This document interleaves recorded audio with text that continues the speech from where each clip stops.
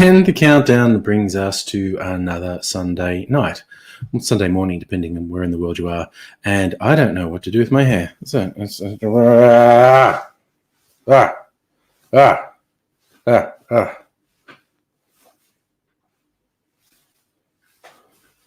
know it's very vain, but you know, put myself out. Oh God, what the fuck? Before I make a video, I'm going to have to go and look in a proper mirror and brush my hair again, I think. So my long COVID hair. Hey, Shieldsy, yes, you did jump in a bit soon, 45 minutes ago. But here now, that's good. Yeah, as my hair gets much longer and grayer, left wondering, should I keep growing it just for funsies? Or should I cut it, color it, any of these things? I don't know. The whole fucking COVID thing has made time and decisions generally seem meaningless. So I shan't worry about that too much. Shields, you reckon you have the same problem with your hair? Yeah, I just don't know what mine wants to do. Like if I condition it, it goes really fine and just sits really flat on my head, which in some ways is much less hassle. But I kind of like it to have a bit more body. It's a difficult conundrum I'm faced with. Maybe I should, because I haven't been putting any product in my hair. Maybe I should do that, and that might help. Actually, I still want to see if there are visible stains on this vest, because, well, I'm not in this camera, so that's a plus. I don't know what it's going to look like on my HD video camera for YouTube, because I was going to wear this the other day, and I got it out, and last time I wore it to make cocktails, I must have been a bit drunk, and I spilled things on it without realizing it, and there were these really sort of settled in drip stains down the front. And I was like, oh, fuck, I don't even know if that'll come out. So I watched it. They seem to have come out. Sometimes stuff shows up on video that I can't really see in person. But que sera, sera. So whatever will be, will be. We shall see, we shall see. That's not the official lyrics. But, and I get continually confused by this webcam because it's not a mirror. The image I see is not a mirror. So I see something, and this is despite like doing this, you know, four or five or even 6 nights a week since like, I don't know, fucking April or whenever. And it still throws me. Like if I'm looking on the screen and I think something's on this side of my head, at least half the time it's really on this side of my head. And I go, oh, and wait, the wrong side. I think, yeah. So that's my problems. And I don't think there are any more important problems in the world. I haven't seen anything in the news that's more important than my problems. So I think we'll just continue to talk about my grooming and presentation problems because there are no more pressing issues.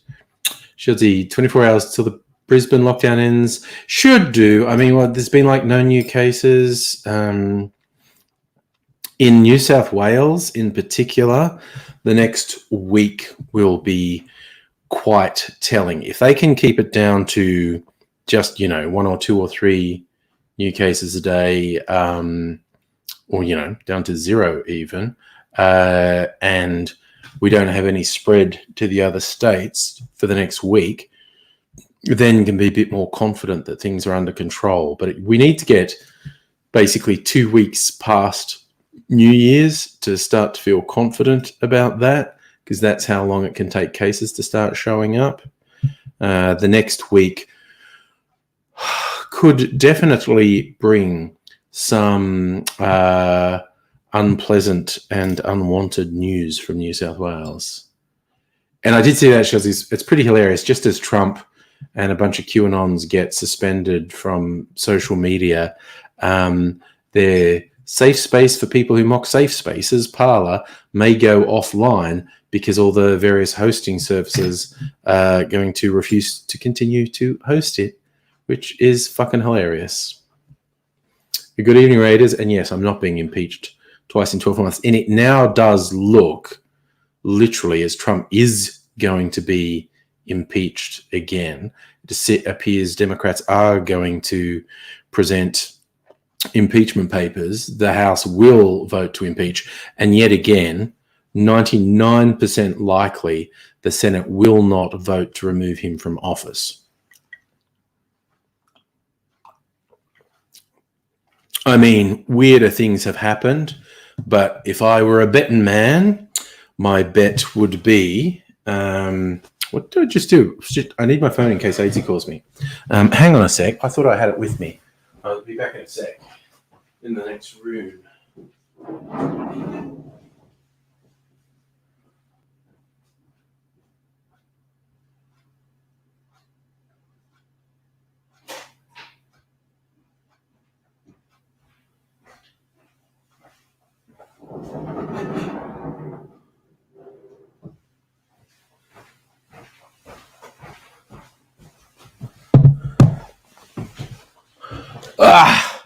There we go.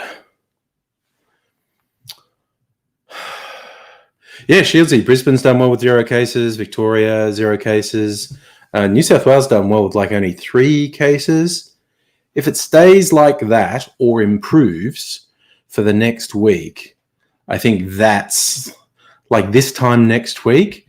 If it has stayed that low, that's when I think we can breathe a sigh of relief.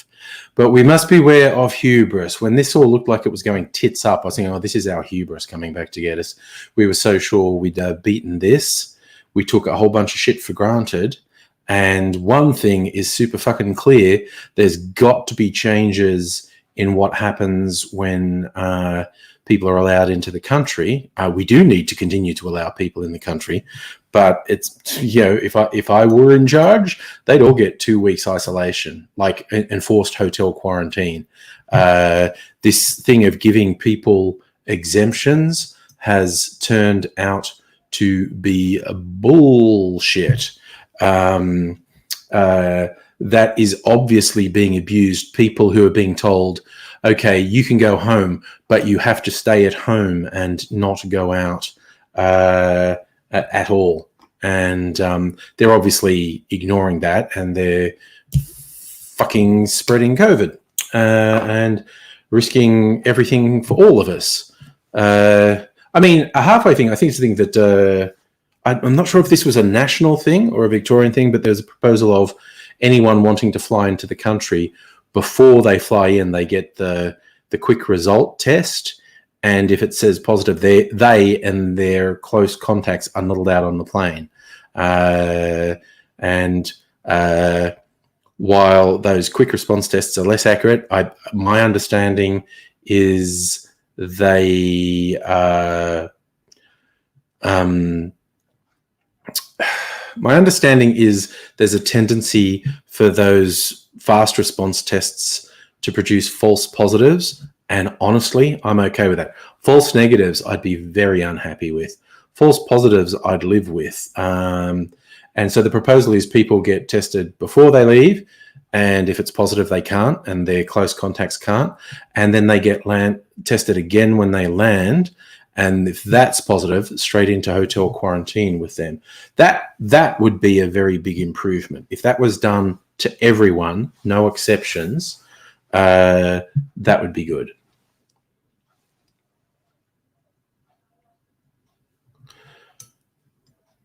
Okay, that's an interesting one, Raiders. I didn't know that's how the Senate vote worked. It only needs 2/3 of those present to convict.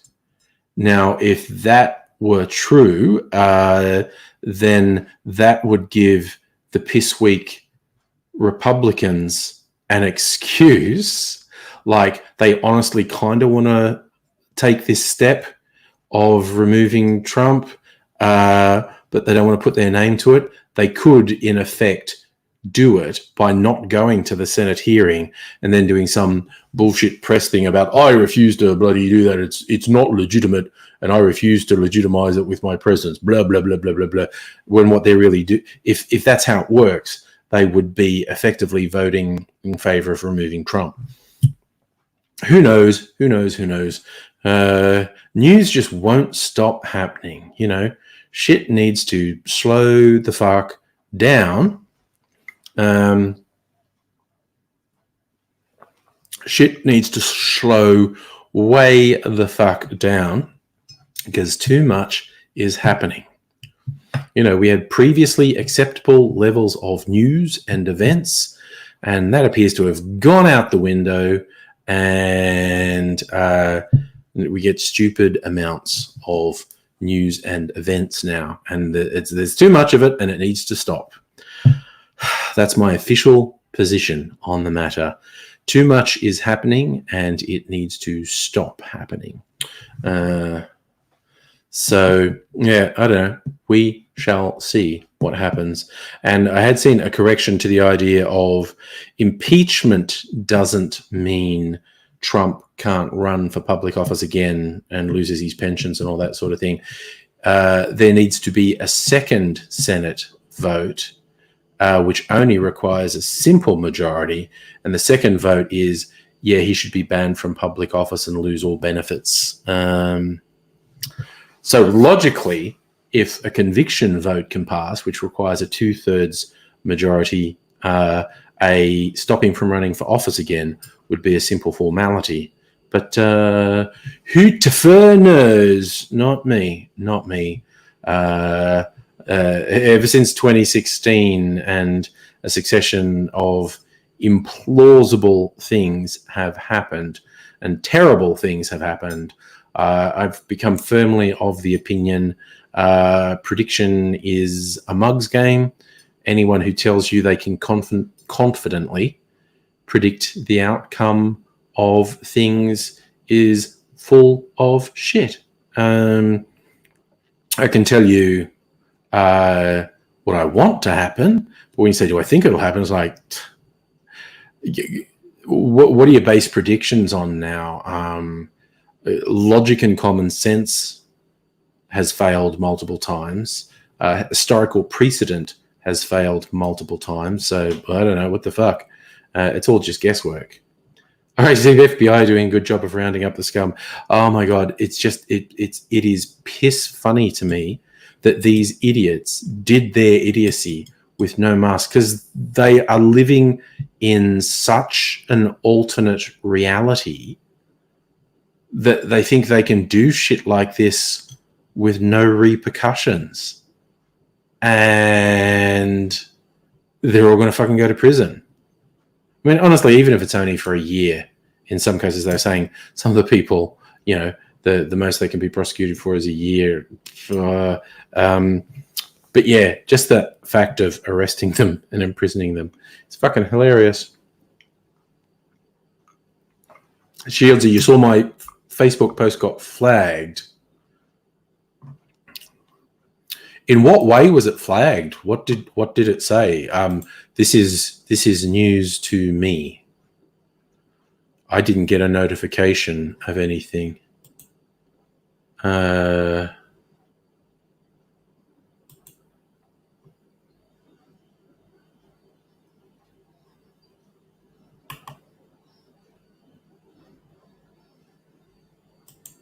Yeah, I'm going with this. Okay. I'm just checking on Facebook, and I'm not seeing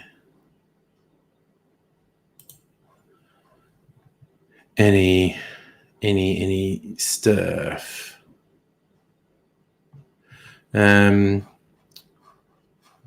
So was it my personal post or the oh, actually, I think it's there. Let me have a look. Let me have a look.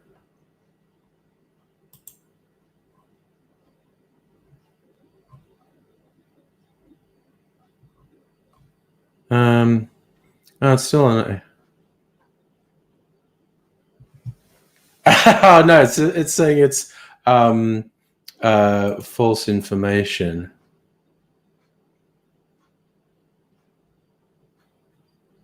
The thing is so bad. The whole thing is that the joke is, for those who didn't see it, the joke is that someone who is a fucking troll, who is just trying to make these idiots incriminate themselves, put a post up that said, "Hi, I'm like from the White House Pardons Unit. You need to identify yourself and say what crimes you committed so Trump can pardon you."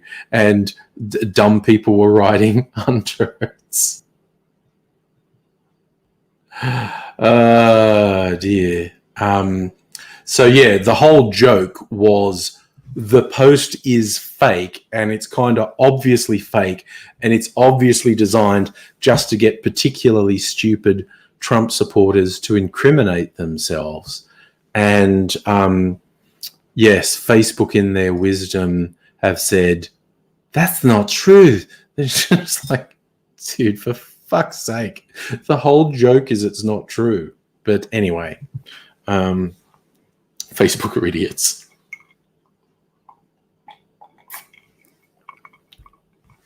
Oh, dear. Hey, Safa, how's it going?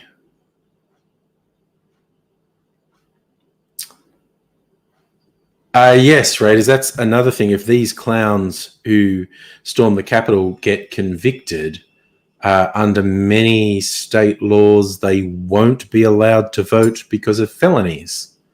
In many cases, some of the more serious ones should still be in prison. The ones who had weapons and zip ties that clearly they had intention to take hostages, those fuckers should be in prison for a long time. They're dangerous. Is that a raspberry drink, Suffer? It is. I have this really nice raspberry hibiscus cordial. So that's raspberry hibiscus cordial with lemonade. Starting out like a gangster with my lemonade and raspberry cordial. Because I just live free and crazy. You know, you can't control me. Don't try and hold me back. I'll have my raspberry cordial and lemonade whether you like it or not. Yes, Raiders. I saw they. Well, there was more than. I thought there was only one zip tie guy, but there was two. There was the younger guy who got ID'd, and there was an older guy who's apparently former military. Like he reached the rank of lieutenant colonel, which is absolutely terrifying. And the horn dude, yeah, these people are not hard to find, and I still find the way the Trump loons are going with it was actually of Antifa doing a false flag. They were spies and infiltrated trying to make Trump supporters look bad. So we should identify all these fakes from their pictures. I'm like, yeah, fucking oath. If that's what it takes, I'll go along with you and say they're definitely Antifa. So you should identify every single one of them, and every single one of them should be arrested and prosecuted and imprisoned.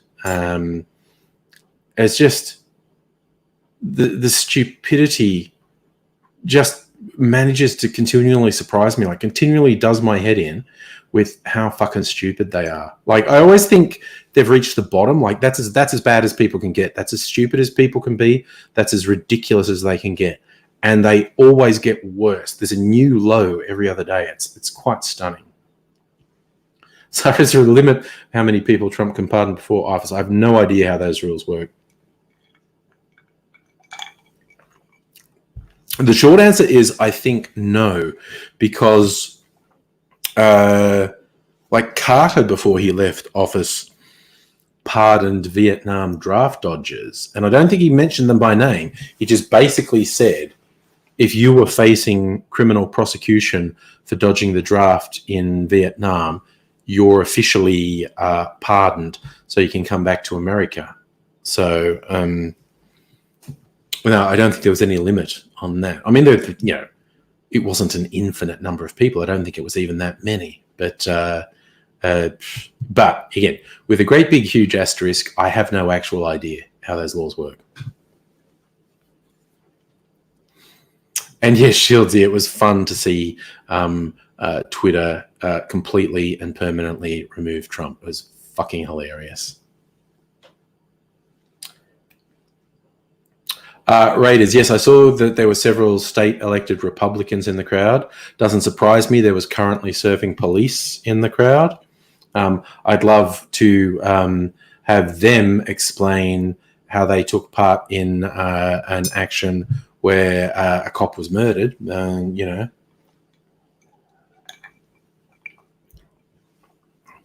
But it's the whole thing with these ultra-right wing nuts.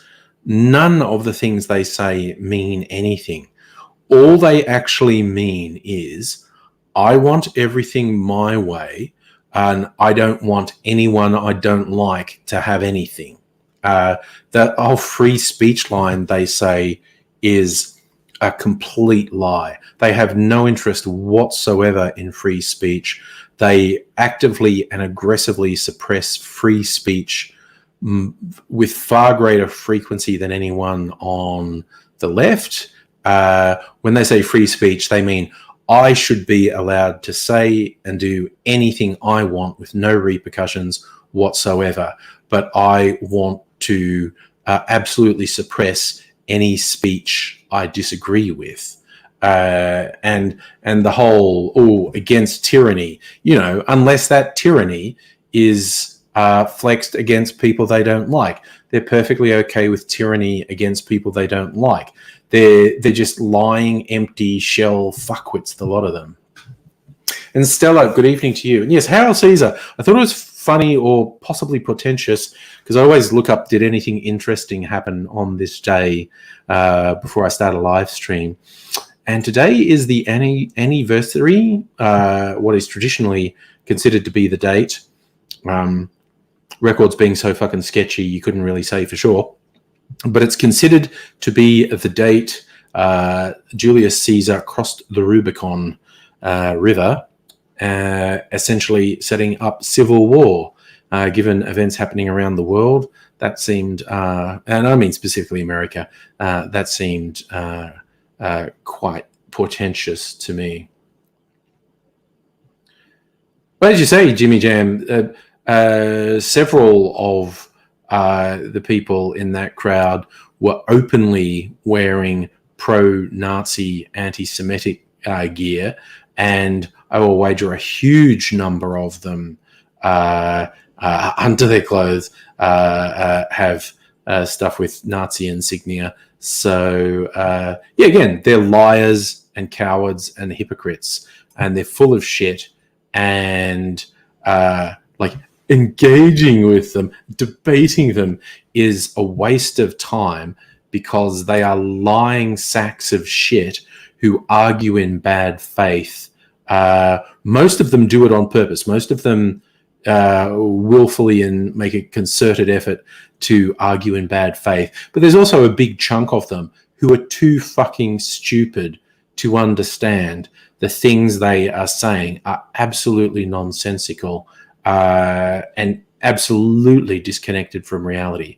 When someone is starting on that point that their starting point is to say something utterly nonsensical and want you to waste your time treating utter garbage seriously. There is no value in engaging with people like that because reality doesn't mean anything to them.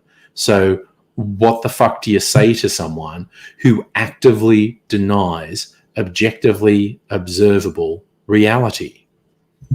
Yeah.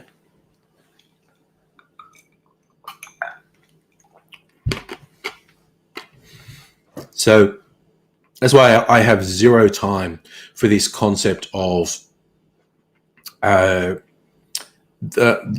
idea of people saying, "Oh, Trump being taken off Twitter and Parler being taken offline, that's censorship. That's bad." No, Trump is an active danger. These attempts to set up a safe space for fucking Nazis are actively dangerous. We have seen this again and again. If you provide a platform for hate speech, it incites others, it draws others in and grows the base. You are legitimizing hate speech. People's brains literally go, well, if they're saying it, it must be okay to say, so there must be something to it. And everyone's got this, not everyone, but a lot of people feel like they have this reflexive mistrust of authority and whatnot. So when someone says something edgy and someone in authority goes, you can't say that, they go, ooh, the nasty big powerful person smacked down the truth speaker. He must really have touched a nerve. There must be something to it. And you see, the way Facebook and YouTube in particular, they were the worst offenders. They gave these incredibly dangerous people a platform and amplified their message.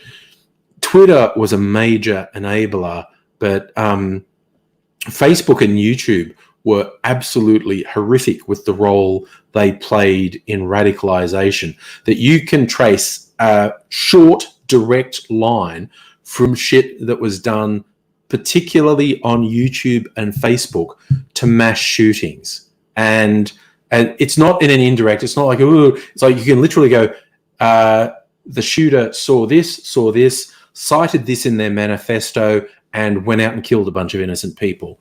That happened multiple times, a direct connection between mass shooters and propaganda that YouTube and Facebook actively promoted because it fed engagement. It kept people on the site and whatnot. And that was all they cared about.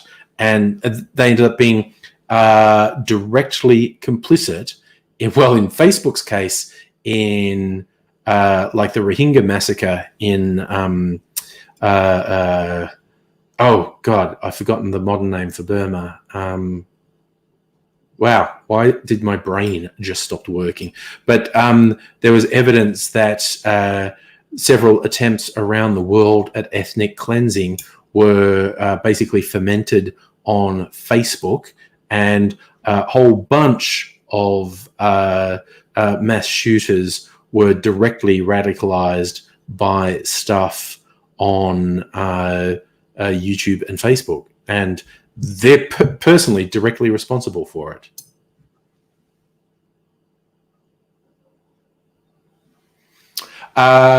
Justin, you're talking about Parler. We mentioned Parler earlier.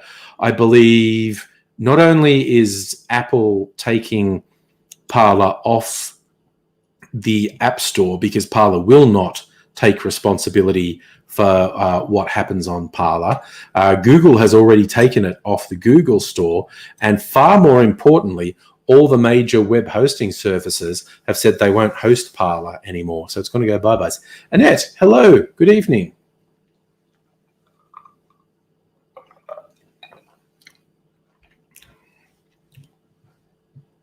Oh yeah, Stella, the Behind the Bastards podcast about Zuck is bad. There's one relatively recently, which is like their follow-up, that's titled something like Mark Zuckerberg should be on trial in The Hague for crimes against humanity.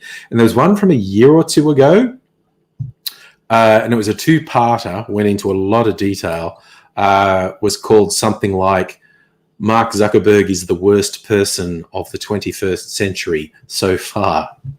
It's just that Zuckerberg has made decisions with the full knowledge of what was happening that have exacerbated and worsened violence, and I mean like ethnic cleansing level violence around the world. Raiders taking down Trump's donation site, that would be the absolute best. That would literally be the best thing that could happen, because that would ruin his fucking grift. That's his key grift, to carry on with this bullshit and get people to give him money. And we come back to that Trump is old, grossly unfit, and has recently been pumped full of experimental drugs to combat COVID, which we have seen in other people can have very serious long-term health effects. And the amount of stress Trump is under now, and has been consistently for quite a while, him just dropping dead is a really high risk. And if that happened, I think what we've seen so far from the Q-type idiots would pale into insignificance with what happened next. We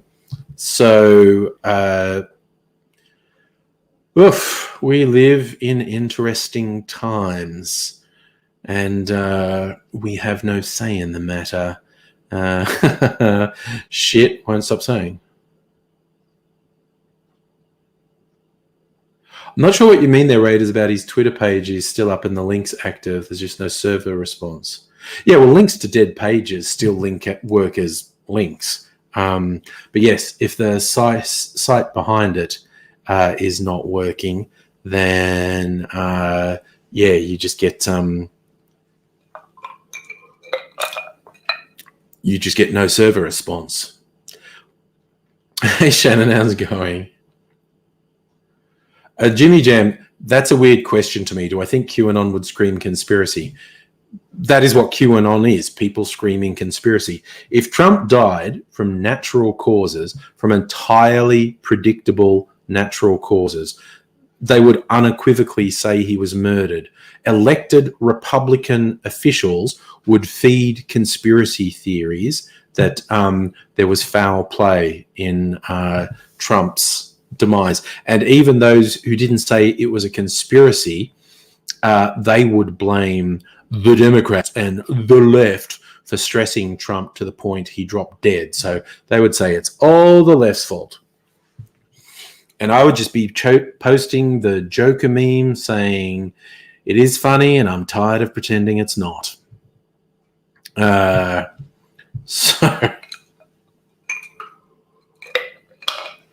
Basically, I'm not a very nice person. Oh, yeah, right. It's Hillary, Antifa, Biden, Harris. Everyone poisoned him. Not he's a grossly unfit old man under enormous amounts of stress who recently had a serious illness that was treated with a quite freaky array of experimental drugs. So, yeah. Yeah, Stella, when QAnon are already saying things as stupid as Trump is secretly fighting satanic pedophiles, saying he was murdered is far less unhinged than stuff they're already saying.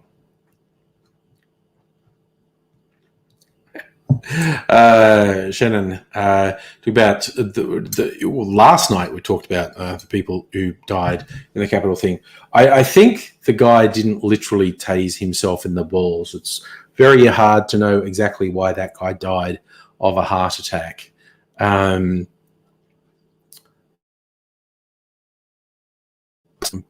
What do we know? There's the one woman who was shot, 3 who died because of medical complications, and there was the cop that they beat to death. So, hoorah. Yeah, I think of the 3 that died from medical complications, I think one might have fallen. There's reports of one kind of being trampled, and then there's the one that we're all having a good laugh saying he tased himself in the balls, which may or may not have happened, but he had cardiac arrest. Whether it's just the excitement of the situation, who knows? See how long my hair's getting? I'm trying to work out how to get it on an angle where you can see it. Oh, there you go. Oh, look at that. Look how long my hair's getting. And it's curly.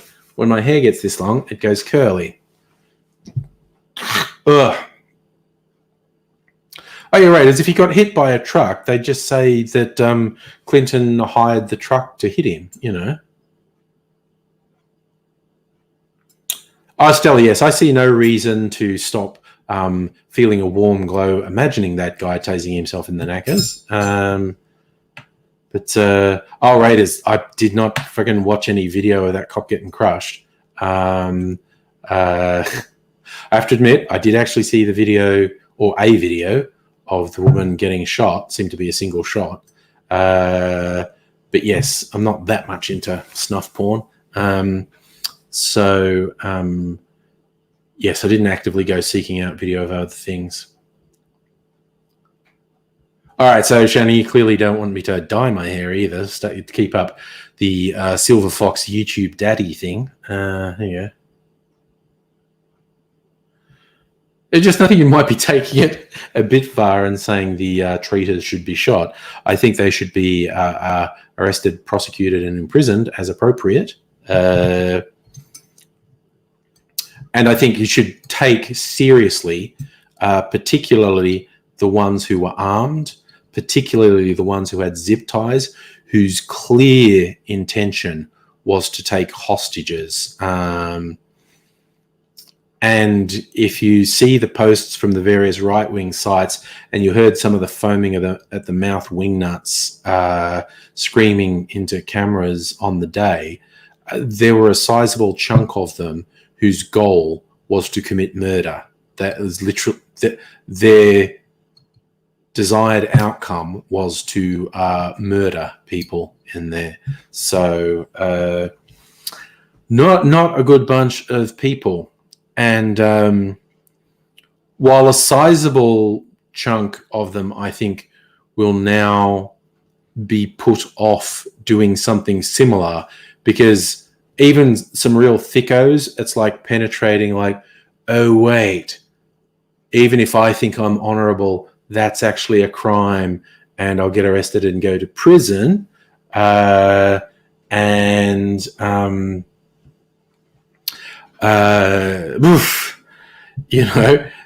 some thickos will get through, but the scary ones are actually going to be emboldened because they will largely see that action as a success. They breached the Capitol. They had the people in Congress and Senate running scared, terrified, in fact. And there's a bunch of them who get a super woody from that sort of thing, and particularly the ones who are sort of known colloquially as accelerationists. These are very nihilistic right-wingers who believe the collapse of American civilization is inevitable, and they want to further that. They want to accelerate it because they think they'll come out winners if America collapses. So they want to undertake actions to accelerate the collapse of American society, which is like just fucking... and that means murdering people. Like, do I think there will be a civil war? No. I think there will be multiple acts of terrorism, though. I think there will be mass shooters. I think there will be bombings, possibly another bombing as bad as the Oklahoma City bombing that Timothy McVeigh perpetrated. Because these people are fucking unhinged. They're psychopaths. And what happened at the Capitol will have emboldened the worst of them, and they'll want to take it further because they have this absolutely deranged belief that they are in the right, and their quest is righteous, and they will be deemed heroes if they bring about the collapse of the system. And incidentally, Trump's administration was fucking riddled with these people. Trump's administration was riddled with people like Steve Bannon and a bunch of others whose stated goals is literally to destroy America as it exists today. They want to, create the white ethno-state. They want to expel or exterminate anyone they don't like. They are very vocal. They are very clear. They are very direct. These goals are ridiculous and will not come to pass, but these delusional people will kill people in the name of these absolutely deranged beliefs. So, yeah.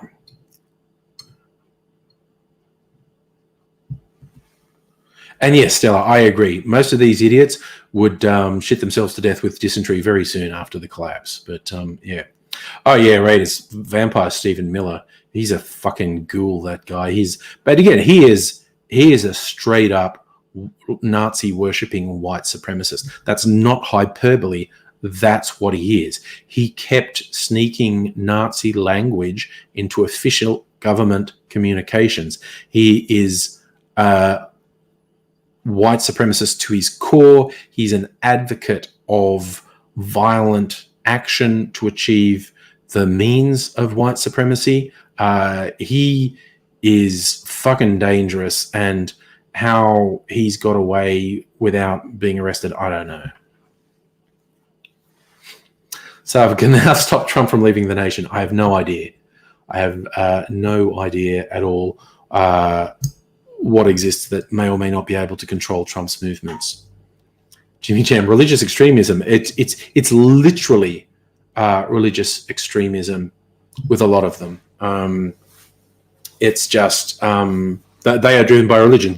They're absolutely vile, corrupted interpretation of Christianity tells them they are the only true believers, and it is a noble crusade to exterminate anyone who is not them. So it is literally a religious extremism. Safa, every responsible law enforcement agency has said, not just in America, in Australia as well, most Western nations, the threat of extreme right-wing white supremacist violence is the most immediate danger to everyone. But more so in the US. It's more pronounced in the US. But it's a problem basically in all Western countries. But hey, why should I be the only one saying depressing things? Does anyone want to join me in saying depressing things? Because if you do, there's the link. So you can come on and play if anyone's in the mood. We can do Angry Bunch and just shoot the breeze, as it were, chat, and talk about what's what in this big, weird, crazy world of ours. Because Lordy knows it is a big, weird, crazy world. I had mafia dreams last night, and I think that's because I've been playing Yakuza Like a Dragon. I'm just totally changing the subject here. Yeah, I was getting roughed up by the mafia in my dream last night. Speaking of getting roughed up by the mafia, it's Fieldsy and Grandpapa. How you all doing? Good, mate. How you doing tonight? Good. Like I said, apart from, disturbing dreams of getting roughed up by the mafia, and which I think came from me playing the video game about Yakuza, Like a Dragon. But all I remember is they beat me up, and I was going like, you guys are really dumb because, like, my crime family is bigger than your crime family, and they're going to retaliate, and you guys are all going to get fucked up. I'll never forget having some of the weirdest, most wildest fucked up dreams when I took Champex for the first time to try and quit smoking. Took what? Champex. It's a medication that they give to smokers to help them quit. Wow. And one of the known side effects is really weird and vivid and out there dreams. And one that I will never forget was me in my dream, to be very clear, in my dream. In your dream? Was sitting around talking to a bunch of black people while wearing blackface, trying to tell them that wearing blackface was a good thing. Wow, that's a dream. That's a dream right there. I kind of wake up going, the fuck was that, subconscious? The fuck? But speaking of the fuck, in regards to this whole storming of Capitol Hill, did you see the ninth level conspiracy fuckwit that is Kevin Zorbo on his Twitter? Yeah. Oh god, it was all Antifa, it was all BLM, and all of that.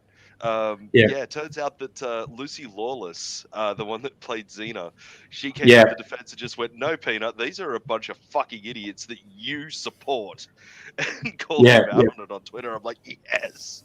I sort of shared the screenshots of that last night. She just bitch slapped him into next week. It was hilarious. But that whole thing, it's amazing how quick these fuckwits heads spin around. They were like, in the lead up, it's like, yeah, this is when it happens. This is the revolution. Here we are, about to have the revolution. Woo! We're storming the Capitol. This is the revolution. Finding out everyone thinks that's a fuck thing to do. That was Antifa. Sorry. Like even Sorbo, there were 4 tweets almost in a row on the same guy. This is it. It's happening. It's great. It's fantastic. That wasn't Trump supporters. That was Antifa. And it's just like, it's fucking embarrassing how stupid they are. What gets me is the people that are coming out and saying that Kevin, try that again, that Donald Trump basically tried to calm them down, tried to send them home, and all of this, like coming out basically trying to say that when it was happening that Donald Trump was doing the right thing. And you turn around to them and go, did you see the fucking conference where he told them to march the fucking Capitol and said that he was going to be right beside them? The moment they started marching, how about he fucked off home. Rudiali, he says, let's something by combat. I forget what the word was. Trial by combat. Trial by combat. That's it. Giuliani, Oh my lord! But that's why it's pointless talking to people like this, because they reject objectively observable reality. Like, here's the video. This is what happened. No, it didn't. It fucking did. I think they all took that that old intro from Mythbusters from Adam Savage a little bit too literally, where he says, you know, I reject your reality and substitute my own. It's literally what they're doing. Yeah. Oh, 100%. 100%. No, the idiots that are in the process of getting arrested now for the death of the police officer and like a fucking basically domestic terrorism charges. And all of their supporters coming out and going, they're not terrorists. It's like, what the fuck do you call them? They're certainly not fucking patriots, you moron. And let's be very, very clear. You're trying to say that they're Antifa, but you're also saying that they're patriots. So which is it? They have no problem with talking out of both sides of their mouth at the same time. Again, reality does not matter to them. They wholeheartedly reject reality. 100%. It's one of the reasons why I refuse to debate flat earthers anymore. It's waste of time. But the earth is flat. It is flat. Of course it is. Yeah, you can look at it and say it looks flat. Creationists, flat earthers, moon landing deniers, fucking 9/11 truthers, these fucking idiots. Like, there's no rhyme or reason with any of them. It doesn't matter what evidence you hand them. They're just going to literally ignore that and continue on with their conspiracy anyway. So and particularly with 9/11 truthers, literally every time you shoot down one of their bits of bullshit, because every single bit of their bullshit can be shot down, they'll just flip and talk about another unrelated thing. And you want to say, no, fuck off. Go back. You said this was the conclusive proof. I just proved why that's horseshit. And rather than acknowledging what you said was the definitive proof is horseshit, you've just flipped, and now you're talking about something unrelated. And you want me to waste time debunking that shit when you're just when I debunk that, you're then just going to say the next. No, fuck off. Yeah, Fuck they off. just keep on shifting the goalposts and shifting the goalposts all of the time. One of the more well-known atheist / scientific YouTubers out there, a guy by the name of Aaron Ra, not long ago, he actually kind of got convinced to come in and do a quote-unquote debate with a flat earther on some YouTube channel that hosts these sorts of debates. And he basically turned around and said, okay, the flat earther needs to provide me with two pieces of like, one is a model for their flat earth, like a physical model that we can refer to, and some other piece of evidence, and I forget what the other piece was. And he apparently, the flat earther sent him like a link to a tweet that had a picture of what flat earthers believe that the earth actually looks like and all of that. And he was like, okay, well, I'll take that if you're not going to give me the other one, and we'll see what happens. When he goes into the debate, he tried to refer to that, and the flat earther was like, well, that's not my model. That's not my model. That's not what I go by. That's not what I go by. And Aaron Ra turned around to him and said, you sent me this, and now you're saying that that's not it. And he was like, no, no, no. And he kept on apparently refer to Aaron Ra as getting triggered and all of these sorts of different things. And Aaron Ra did the best thing that I have ever seen a debater or a scientific communicator actually do, which was to turn around and actually stand his ground and say, this is no longer a debate. This is now just a platform for you to spew your garbage, regardless of what anybody else has got to say. And I am fucking done. I am out. Get fucked, and left the debate. Yeah. And that's the thing. Giving them a platform legitimizes them. Even if you eviscerate them, you've given them a platform to get their shit out there. And there are impressionable people who go, oh, he's just asking questions. He's just challenging the stage. That guy's so upset. There must be something to it. And it's the same with the Nazi shit, saying, oh, no, you shouldn't kick Nazis off social media platforms. You should debate them. Like, no, they're dangerous and they radicalize people and they lead directly to murder, sometimes on a massive scale.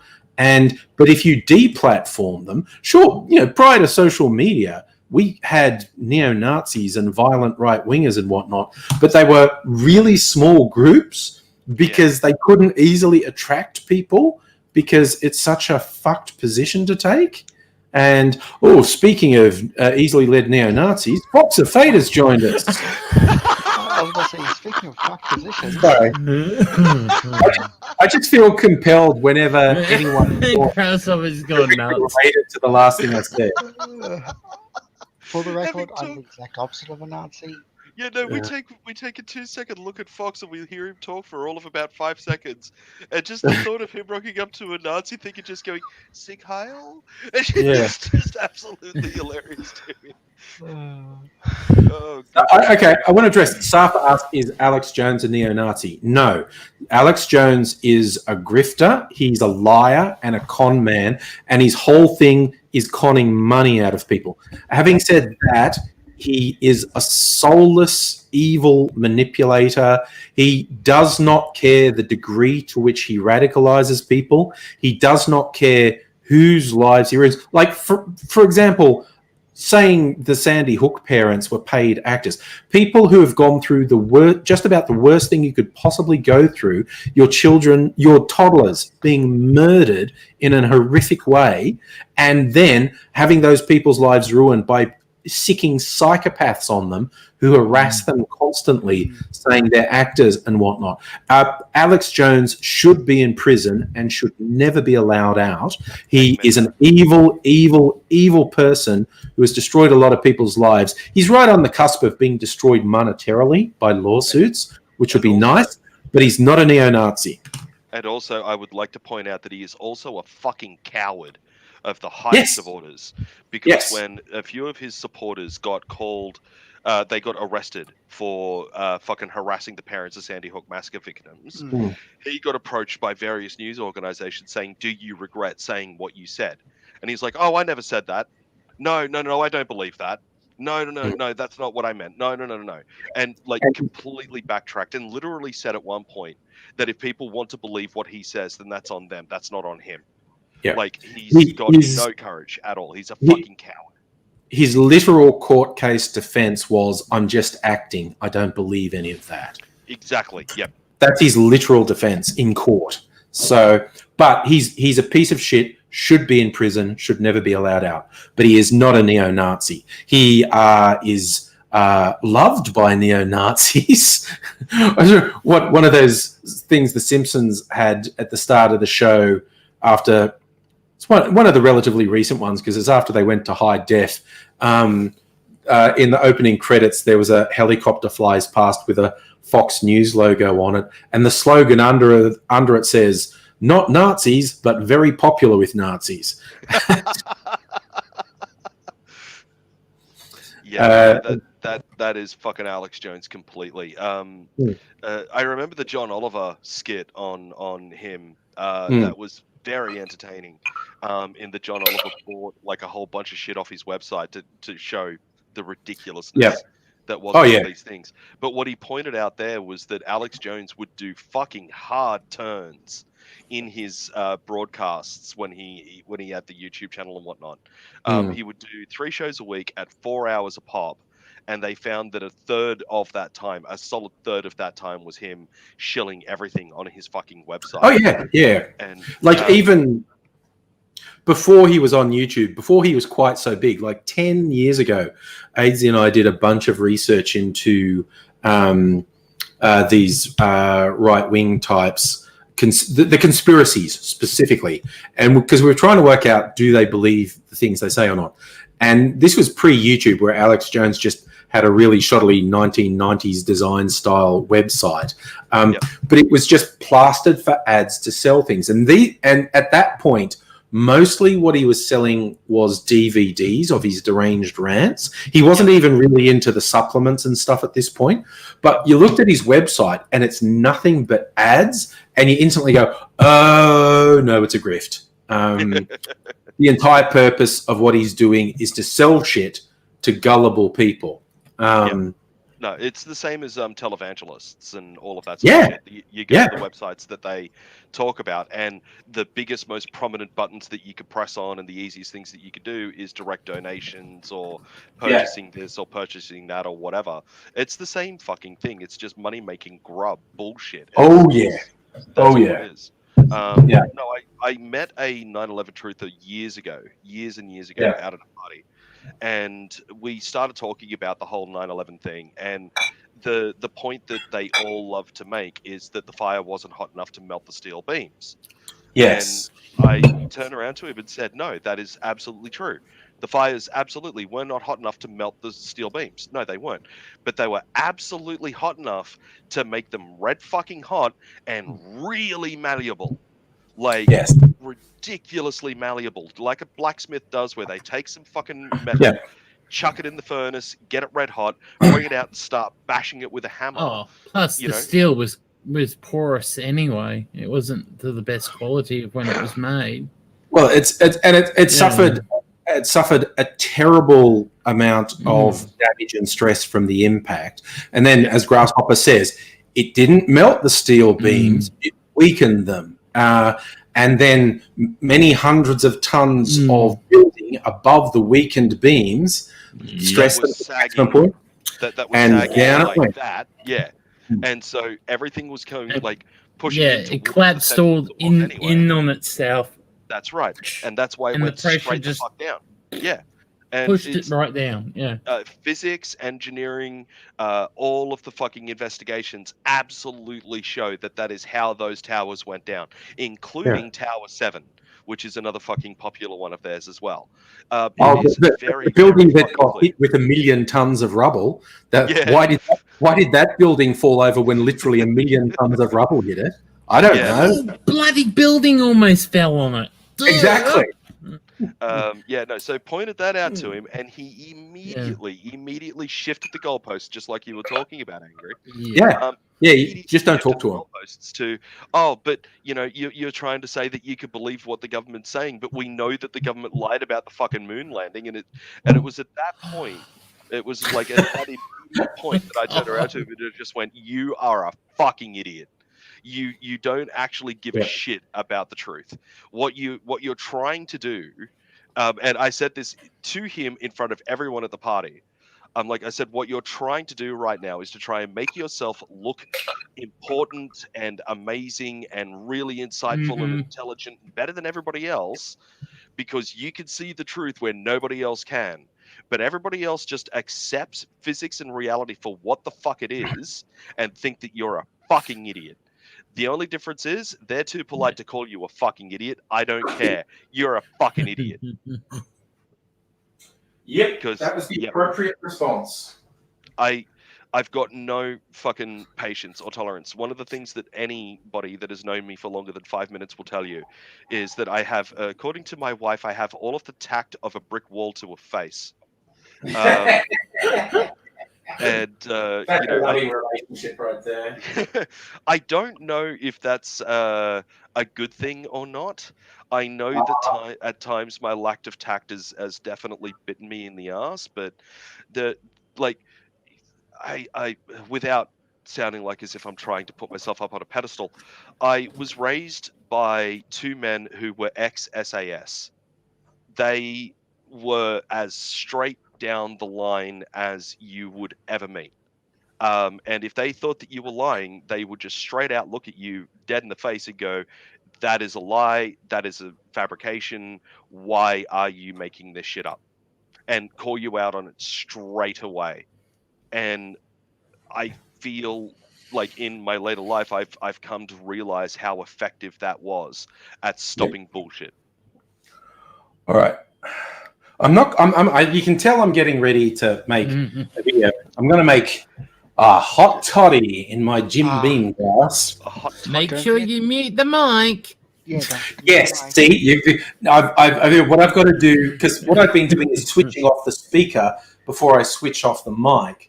So I'm going to try and remember in future, switch off the mic first and then say, can you hear me? Because if I switch off the speaker, I have no idea that I've left the microphone on. I'm not doing it yet, but I'm going to go to the next room and put the kettle on because I need hot water. Justin, you said the moon landing was real, although we wouldn't do it today because of the risks. There is currently real projects from NASA and other agencies about getting us to land and actually set up a small base on the moon for launching from the moon to Mars. And now that we have found water in the poles of the moon, frozen ice water that we can use to get hydrogen and all of that sort of stuff out of, it's actually getting more attention and more of a probability of that actually happening in the future. Don't get me wrong, it'd probably be the 2030s, maybe even the 2040s before it happens, but we are trying to make it happen again so that we can actually get out to Mars, which would be absolutely amazing. Absolutely amazing. Sorry, bit of a lifelong space nut. Certainly not an astrophysicist, but just definitely a space nut. Was watching the various late night hosts have a bit of a go about this whole storming of the Capitol, your Stephen Colbert's and your others and stuff like that. And some of the messages that they have got in that is really, really poignant and rather beautiful. And I highly suggest anybody give them a watch. Especially if you've got friends or family that are actually supporting these so-called patriots, just put it on quietly in the background. Don't say anything. Just put it on like as if you're interested in watching it, and just make sure that they can hear it. Because it's as important as it is not to give these fucking idiots a platform of any description to spread their hateful rhetoric. It is just as important to get them to question their motives and their actions to try and prevent them from doing it again in the future. I personally feel that way. Yeah. That's a good approach. Yeah. They one of the things that I was taught from a friend of mine as a psychiatrist is they refer to it as the seed of doubt. You're not going to be able to change someone's mind from holding on to whatever conspiracy they've come up with. You're not going to be able to get them to snap out of it, but what you can do is plant this seed that will germinate over time for them to snap out of it themselves over time. So having those things playing in the background or something like that, just to kind of get these people to maybe hear it and question it in their own minds, could be a very effective thing for later on in the future. So it's something funny I saw, and it's related to the to what happened in DC recently, and to the title of the stream. Some people had superimposed Trump's face over Julius Caesar's on a famous painting of him crossing the Rubicon. Which is We all know how the Julius Caesar story ends, and a whole bunch of senators who were Republicans have been jumping ship, and some conservative cartoonists, I'm not going to name any Garrison names, yeah. drew a picture of all the senators with daggers just go in line. Next. Yeah. Et tu, Brute? Yeah. No, it's the Republican senators who supported Trump in all of his bullshit lawsuits about this supposed election fraud, and the other Republicans that still support Trump, no matter what the fuck he does, they completely throw their support behind him.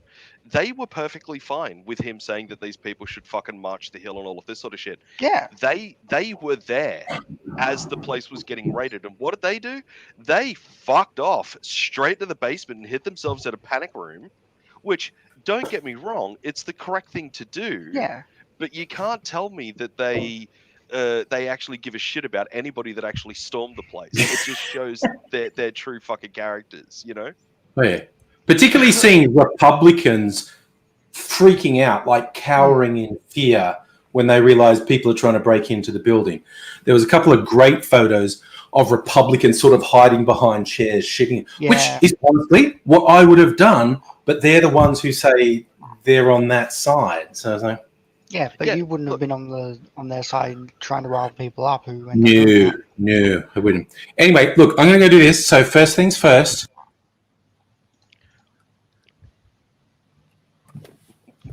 All right. We all know that he's calling us names right now. So. Oh yeah, totally. Do not fucking troll me with saying it's not.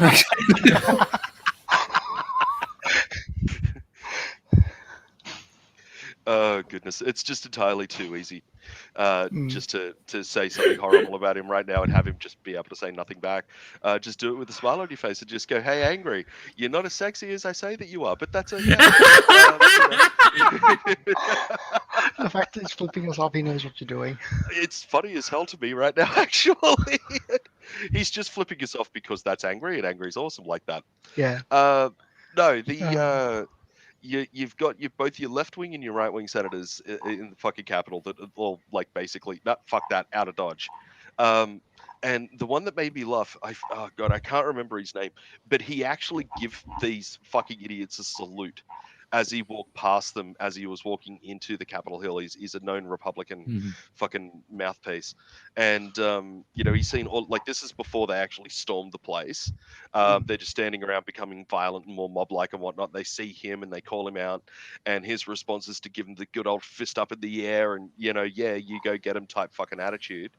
So when they did the whole let's go and get them type of thing, he was literally the first to be inside that basement behind a closed door going, fuck! And it's just, fucking cowards. The absolute lot of them. Absolute lot of them. Now, let me be very, very clear with this next part. Antifa, BLM, these sorts of people, because they're not a fucking organization, and don't tell me that they are.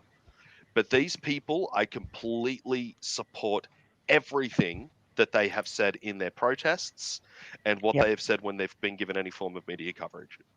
There are some small minority that are about trying to trigger riots, trigger mob attacks, all of that sort of stuff.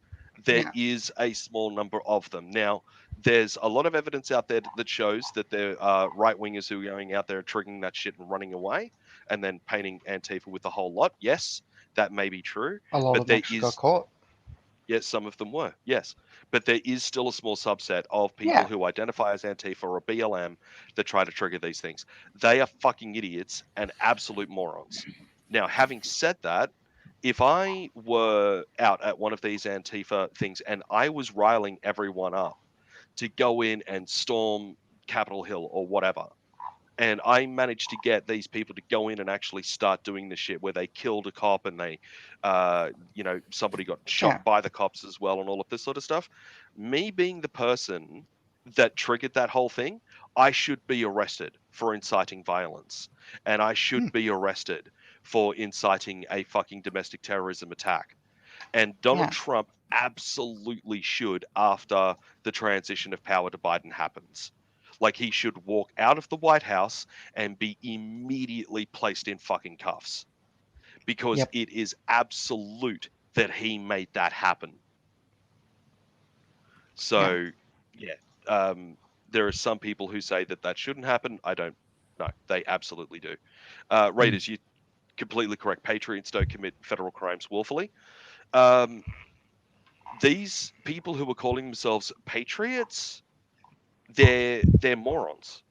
They don't Yeah. understand what is and is not a federal crime. They believe that what they did was a Yeah. righteous halt to what they believe to be an undemocratically elected president, Yeah. regardless of all of the evidence of them being completely fucking wrong. They honestly believe that they are in the right, and why they're all kind of having a bit of a what the fuck type of moment now that a bunch of them are getting arrested.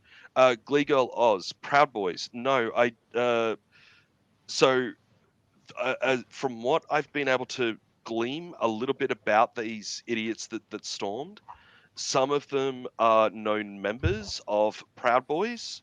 Um, but I don't believe that them as an organization or them as a group were in any way responsible for making it happen or providing the numbers to make it happen or anything like that. I think that it was just one of those overlays that some of them were there for their own reasons who also happened to be a member of Yeah. Proud Boys. And to be clear, if you're a member of that Proud Boys group, because there's two, remember that. Oh. They're white supremacists. The other Yeah. Proud Boys were actually LGBT folk who got together many moons ago, and we're proud to be out and queer and all of that sort of stuff, and they were lovely. Oh. Raiders says 300 people were arrested at the Brett Kavanaugh hearing at the Capitol. I did not know about that one, actually, Raiders. I'd need to look that up. Hang on a second. Let me just see what I can find there. Yeah, and a lot of there were a lot of people there who live streamed what they were doing and showed Yep. their faces. It's Yeah. famous right-wing YouTubers like Baked Alaska and that entire crowd. They were there live streaming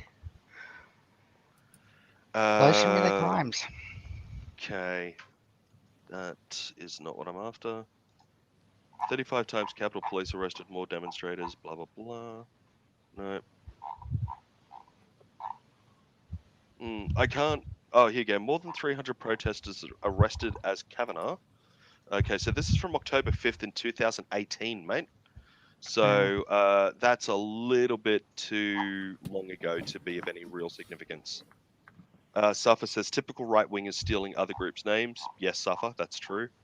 The leader of the Proud Boys was arrested in DC the day prior. You already answered more quickly than I could type. Thank you. Anytime, Glee Girl. Anytime. Yeah, I wonder if you need identification to get a SIM card in the US like in other countries. It depends, Suffer. If you go to like one of the providers like AT&T or Verizon or something like that, and you want to get like a postpaid mobile where they actually send the bills to your home, then yes, you need to provide identification. But in the States, as we've got here in Australia, you've got prepaid mobile phones and the ones where you've actually got to buy credit for the mobile phone to work. They don't provide a identification here or there or in the UK. So It depends would be the correct answer to that one. Raiders was saying that he was pointing out the contrast between the two events. Yeah, you are correct, Raider. Yeah. Yeah, Gligo, yep, you could buy burner phones over there, which have got an eSIM that you can't top them up at any point. Once you use the credit that was on that phone, they encourage you to drop them off at a recycling center, but most people just chuck them in the bin. But some people over there get prepaid mobile phone, same as we get over here in Australia, depending on the state and all of that sort of stuff. So, yeah, no, when I was in America, I lived in Miami for almost a year.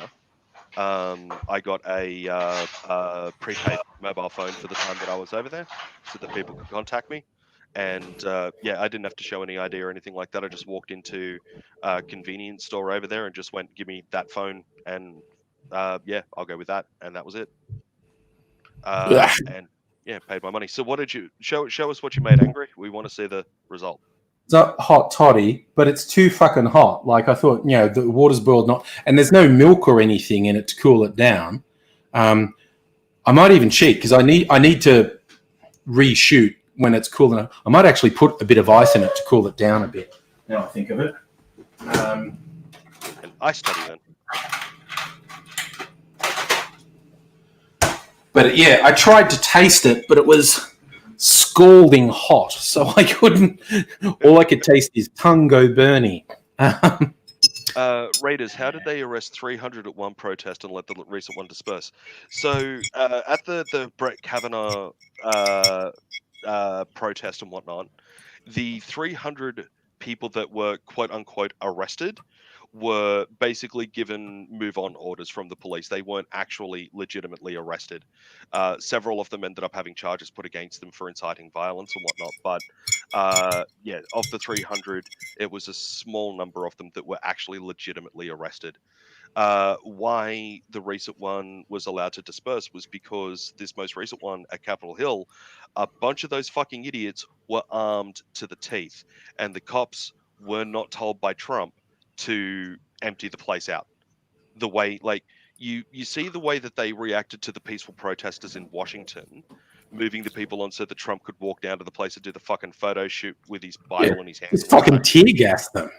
Yeah, when he told them to clear the fucking road, they did exactly as they were told, and used these brute force fucking disgusting tactics to do what they did. Because Trump never turned around to them and said, "Clear out the Capitol building," they basically stood back and did exactly what they weren't told to do.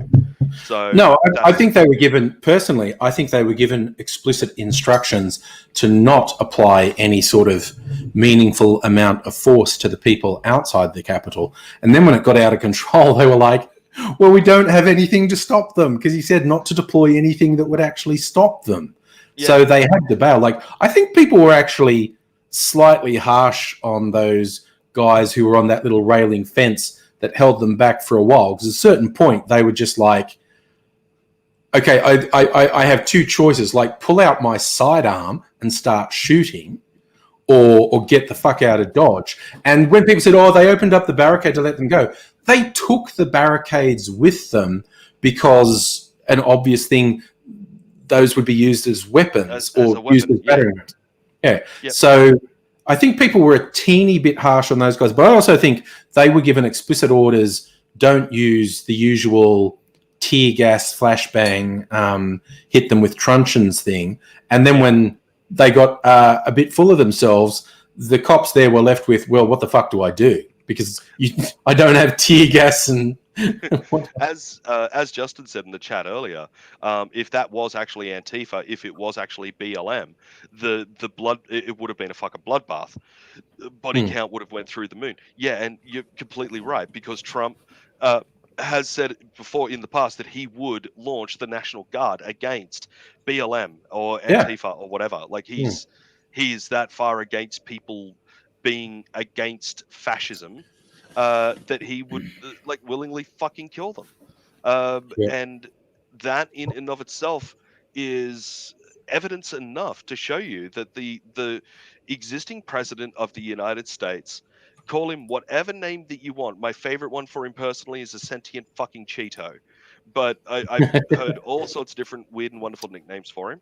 Call him whatever you want, but don't ever, ever, ever let it be said that he is not a white supremacist.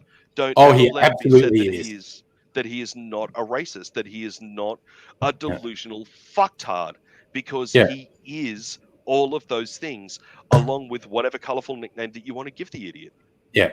No, he was raised a white nationalist. His dad was in the Klan. His entire life has been a history of racism. Like, as a landlord in New York, he's caught out repeatedly, deliberately excluding black people from his buildings. He's a racist to his core. He was raised a racist. He's always been a racist. He's a worse racist now than he ever has been. And anyone who says otherwise is either extremely fucking stupid or a racist themselves and trying to deflect. But trying to some of the people that I know, they're not necessarily coming out in support of Trump, but they're trying to do that whole maybe he's not as bad as what people say that he is. Maybe he's not quite that evil. Like, maybe he deserves the benefit of the doubt. And you point out to them that no, before he was a president, have a look at this action, have a look at that action, have a look at this other action. He is not just a racist, but he is also fucking evil. he's a piece of shit. The idea that he now deserves the benefit of the doubt, like, if he weren't president and I were to point these things out to you, you would unquestioningly turn around and go, he's a piece of shit. But now that he's the president and he's got a little bit more fucking media circus around him, all of a sudden it's, well, maybe we should give him a chance. No. No, He's absolutely the not. same garbage fucking person. It's just a better PR campaign. That's all it fucking is. He's still a garbage person. Yeah, I just want to clarify for Jimmy Jam, you didn't know about the Klan thing.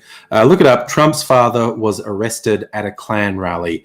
The only people arrested at that rally were Klan members. Trump's dad was not protesting a Klan rally. He was a participant and he was arrested. So,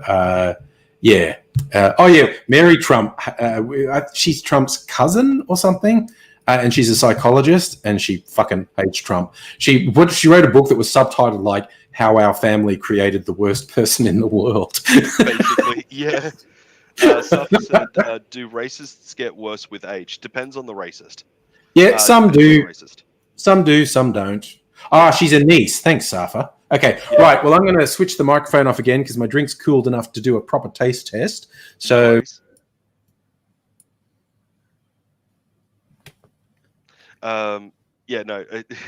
Adam, would you stop that?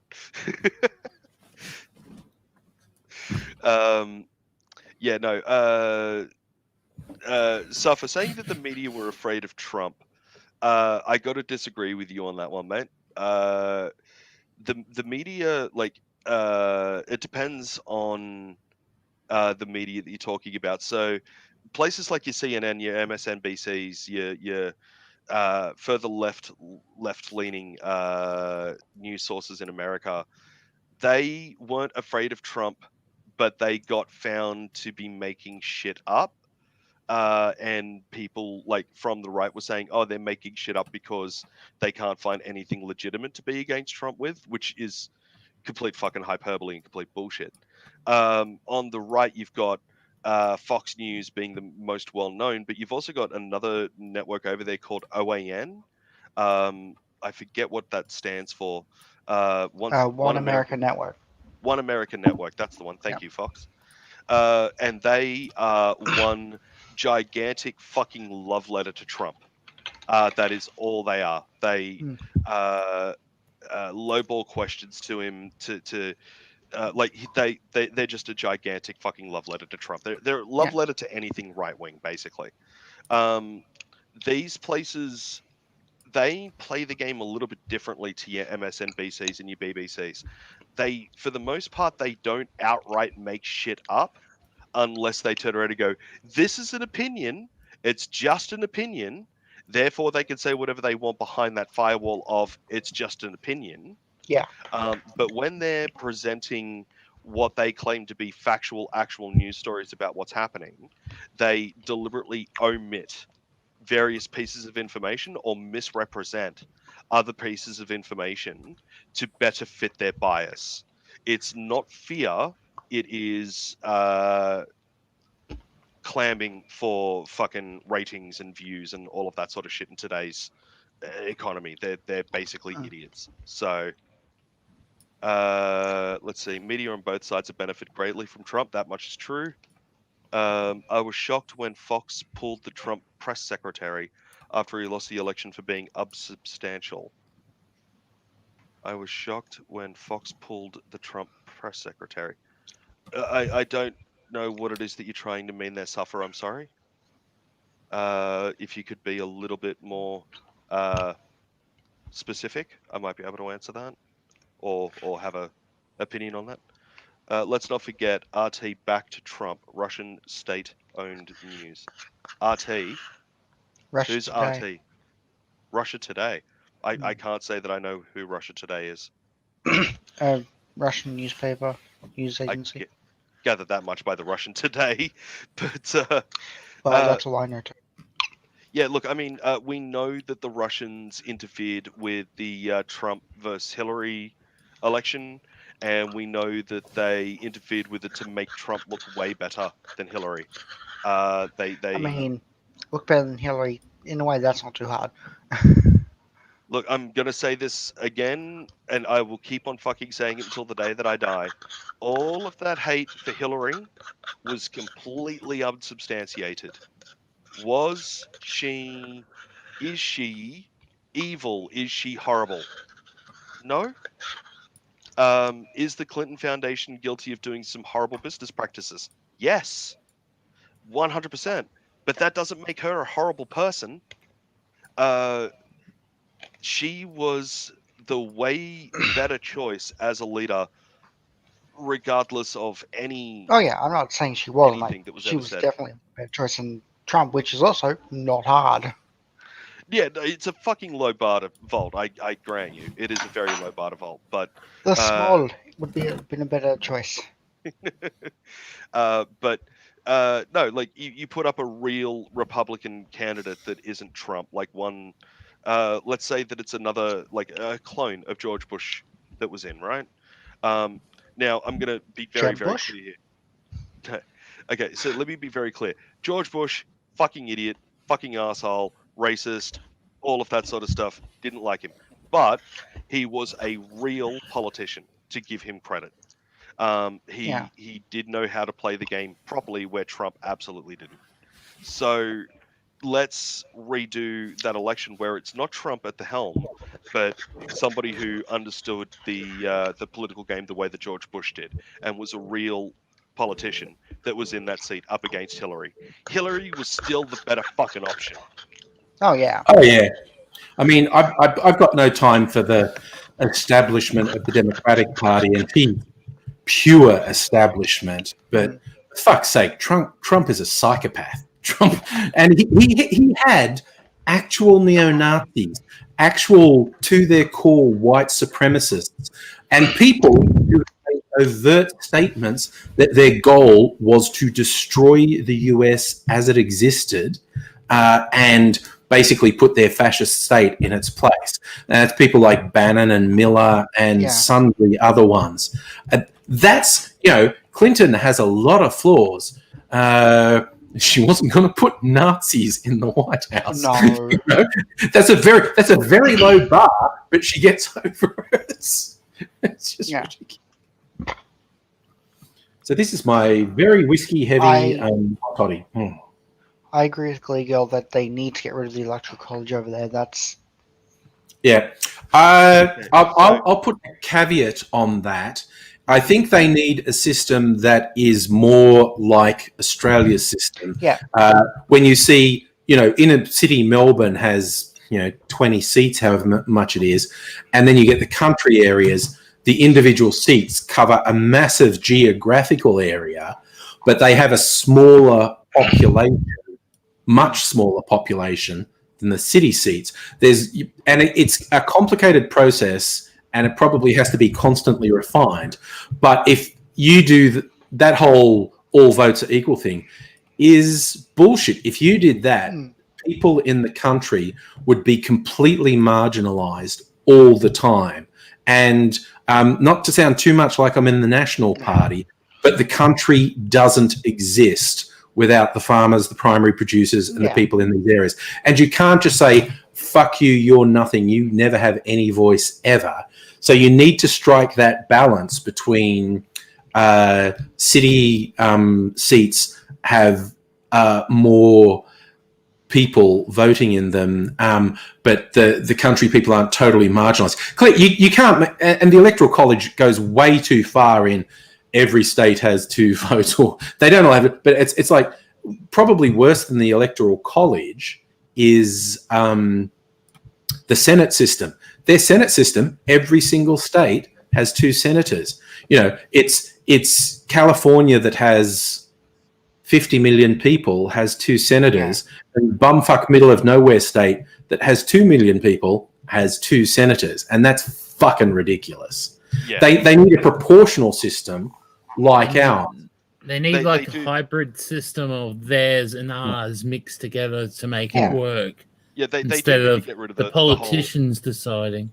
They do need to get rid of the whole Electoral College thing, but they need to put something else in place that works better. And there's just one thing that I got to call somebody out on there. Raiders said that Mitt Romney would have been much better than Trump. He would have been way worse in different ways than Trump. Mitt Romney wanted to overturn Roe versus Wade.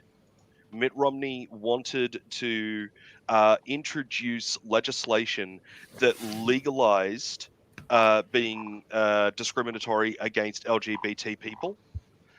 He wanted to decrease the distance between church and state. He would have let his absolute religious fervor drive every fucking decision that he made when he was in power. We would be having a vastly different conversation had he led the charge about how fucked America is right now. We may not be talking about storming of Capitol Hill, but we could be talking about LGBT people getting shot in the street and nothing fucking happening because of the laws that Mitt Romney put past.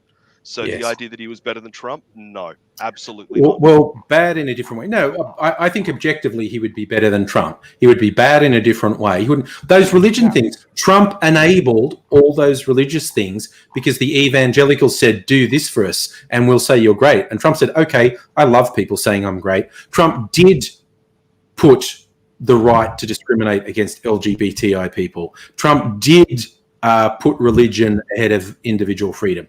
At least Romney had a degree of integrity that Trump absolutely lacks. Like, Trump is a soulless, evil monster. Romney's a fucking Mormon, so you know that's literally the Ralph Wiggum of Christianity. It's so dumb. It's Ralph Wiggum of Christianity. I love that. But it is. Oh my god. The founder is so obviously a con man. The entire religion is so obviously stupid as fuck. And it's like, come on, guys, for real? Yeah, come on. I remember pointing that out to Mormons that came to my front door, that Joseph Smith was a fucking convicted conman. Convicted conman. And they were like, oh, fake news, basically. Yeah. I'm going to answer Gleagol's question. No, they don't have coalitions in the US because that's a byproduct of our system. Yeah. They're too much into the two-party. We have minor parties that have a chance. Yeah, What's interesting is the Conservatives are about to splinter. Oh, yes. The LNP is about to break? No. The American Republicans. They already have. In America, they're going to splinter even further. Oh, yeah. Yeah. Like literally into different parties. Yeah. No. One of the things that I actually had to point out to somebody over here not long ago, in regards to the way that our political system works, they tried to tell me that it is impossible, literally impossible, that any other party apart from Liberal or Labor would win. And I turned around to them and said, no, that is not true. If Yeah. we were able to somehow wave a magic wand and get every single person that goes out to vote for any of the parties, it doesn't matter who it is, if they got 100% of the vote, they would lead the country. There is Yeah. no ifs, ands, or buts about that. They would all of a sudden lead the country. So it is not impossible. It is very difficult, especially with fucking the deals that they've got going on with the if the Greens have got deals going on with Labor and the Independents have got deals going on with Labor or whoever, it's more difficult. But the idea that you should not give a shit about politics, and the idea that you should not give a shit about voting because it doesn't change anything is demonstrably false. Every vote actually makes a fucking difference. And the more you vote for and you get other people to vote for their own vested interests, the better the country will become. Because we do live in a society, especially in Australia, we do live in a society where the majority of people support things like Medicare. The majority of people support public education. They support public transport. They support renewable energies. If we could get these people that support that to be more passionate and driven about their political leanings and to actually get out there and vote in a meaningful fucking way, we could actually make a fucking difference. So we are not 100% bound by the two-party system. We just don't know, or the greatest majority of people don't seem to know, that that is not the only choice that we have. Yeah. Well, again, in practical terms, it's not possible for anyone apart from the Liberal or LNP to win government, but change is possible. You by working with independents or smaller parties, they can, even if they don't win seats, and we do see independents and smaller parties winning seats because of our proportional voting system. The major parties get to see how many people voted for the minor party, and ideally they go, fuck me, that was a lot of votes. I got the preferences from them, but Jesus, that put me on the spot that I needed those preferences. I maybe should listen to the people who voted for that other party. And also, if you do the grassroots stuff long enough, people start to go, even if it's not on a national level, if it's just on the seat level, they go, it's actually possible. Look at the difference in the vote, that election, and then last election. It's going up. Like whether it's a Green or an Independent or whatever, the number of votes they're getting are going up. It is actually possible that we can elect a local member who's not from the major parties. So it's a lot of work, and it's a lot of street level work to do it up. So it's possible to make change. In the immediate future, it's impractical for anyone apart from the major parties to form government. But in the medium to longer term, it is possible for the smaller parties and independents to have a much bigger role. Like if Labor were, for instance, forced into coalition with the Greens and or independents, that chance of tempering Labor's worst tendencies to essentially be Liberal Party light, and they go, oh, I've got to work with them. Yeah. I was under the impression, but this is going back a while to when LNP first formed, and Queensland knowledge here. So I'm like 10, 11 years old. Yeah. That Greens and Labor did form a coalition, but they split because they had too many disagreements. I don't believe the Greens and Labor have ever been in a coalition. The Greens are a relatively recent political force. Yeah. In Queensland, they did. The Gillard government was a minority government that was allowed to govern as a minority because of crossbench support from the Greens and some conservative independents who rightly pegged Tony Abbott as the worst fucking person in Australian politics, and they could not, in good conscience, support Tony Abbott because of how fucking bad he was. It was not a coalition, but Labor was able to form a minority government with the support of the Greens and Independents. The Greens and Independents said we'll support them as a minority government. Also, to add on to what you were saying earlier, they're angry in regards to making changes and stuff like that, where major parties were actually saying, oh, this independent actually got more votes now, and maybe I need to take a look at that. Which is why you saw a lot of LNP politicians who completely changed their stance on things like same-sex marriage, tax breaks, and all of those sorts of different things, was because the independents around their area that supported same-sex marriage or supported whatever policy it may be were all of a sudden getting more votes. Even though they got the preference from those votes, they went, maybe I need to change this because otherwise I'm screwed. So that's why we saw those changes. I would love to sit here and say that it was because they did a moral check of themselves and figured out that they were wrong. But that is just not true. The one politician who actually did do that, to give them full credit, even though he is a asshole of the highest of orders, Kevin Rudd was the one politician who actually did a moral check of what he deemed to be acceptable in terms of the same-sex marriage debate and changed his own mind. Now, because he's a hardcore Catholic. Yeah. And when he first came into power, he was against same-sex marriage. After he got ousted, he said very, very clearly and very, very publicly, before the whole plebiscite was called and all of that sort of stuff, that he had changed his mind on same-sex marriage. And some people said that it was a political coup and all of these sorts of different things. But then years after that, and the plebiscite started coming in, then he took back over the reins from Gillard, and then he was on Q&A, and that really semi-famous clip of him absolutely destroying that pastor idiot in the Q&A fucking crowd that asked about same-sex marriage. He did that based on his own moral compass. He did his own personal check on that one. So give him credit on that thing alone.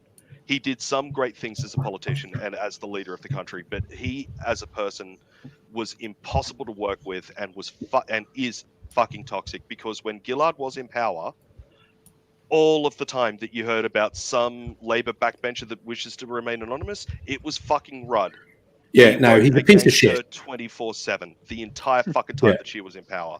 So he's a vindictive, self-serving piece of shit, basically. Yeah. Reminds me of someone I heard of that got his Twitter banned permanently, which made me happy.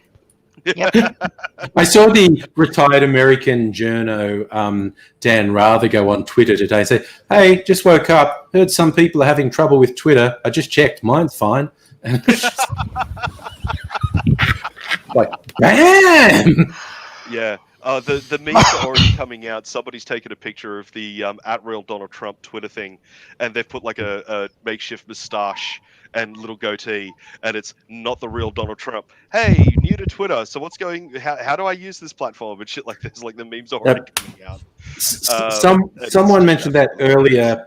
Trump actually has an alter ego. This is a real thing Trump has done in the past. He's called up media outlets with some dumb fake name saying he's Donald Trump's lawyer or agent or something. And it's Donald Trump. People recorded these calls, and it's obviously Donald Trump. And I forget the name, but someone pointed out the link earlier. Someone actually started up an account with that name, with Donald Trump with a fake mustache going, "Hey, everyone, I'm new to Twitter. What do you guys do here?" It's just like... But that's the thing Trump actually did. He invented this false persona and would call media outlets. And it's Donald Trump. Obviously Donald Trump. Yeah, no, I did not know that he actually did that. But seeing that meme that was made, I wouldn't put it past him. I wouldn't be surprised if that was actually him. Yeah. Raiders got the name John Barron. That's the name. It's just like Trump's so sad. He's so pathetic. It's really weird. Yeah, he's like, "I'm not attending the inauguration." Like, when's our next election, Aussie? It's next year, isn't it? No, it's late this year, I think. Or it could be late this year. Federal election? Is that late this year or next year? I've already had federal. Just Yeah, but they're every 3 ago. years, mate. Time Yeah. flies. Let's see here. 4 The now. 2019 Next Australian federal election, election in Australia, because there's a survey of range of 2020. dates it can be. Mm. So, Still when's the next election? No. Let's see. October. Commonwealth. In October, Scott Morrison dropped his first hit about the next federal election 23. will be held. He reckons August 7th, 2021, unless a half Senate election is called. So, yeah, no, it'll be later this year. You are correct, Yeah. Aussie.